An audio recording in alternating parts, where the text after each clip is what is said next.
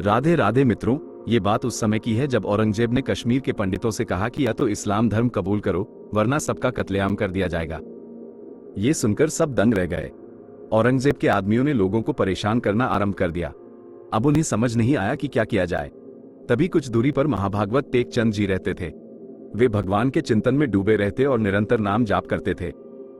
कश्मीरी पंडित उनकी शरण में आए और सारी घटना उन्हें बताई।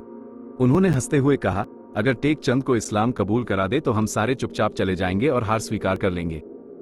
ये बात औरंगजेब तक पहुंची। उसने तुरंत आदेश दिया कि टेक चंद बहादुर को तुरंत दिल्ली में उपस्थित किया जाए।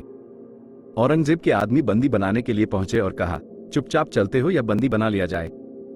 महाराज जी ने कहा, हम सत्य पर चलने वाले हैं, खुद चलकर आएंगे। कुछ देर बाद वे कीर्तन करते हुए निकल गए। बादशाह ने तत्काल उन्हें अपने काबू में किया और एक लोहे के पिंजरे में उन्हें कैद कर दिया।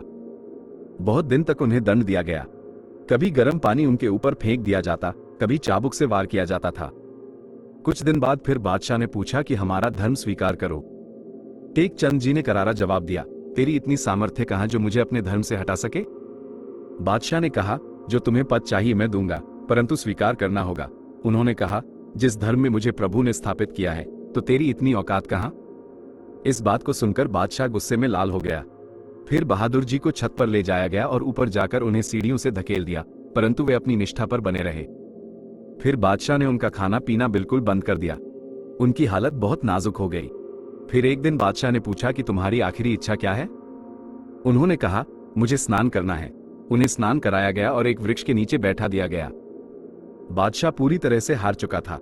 उसे समझ आ चुका था कि यह मानने वालों में से नहीं है। बहादुर जी वृक्ष के नीचे भजन में, ध्यान में फिर से मस्त हो गए।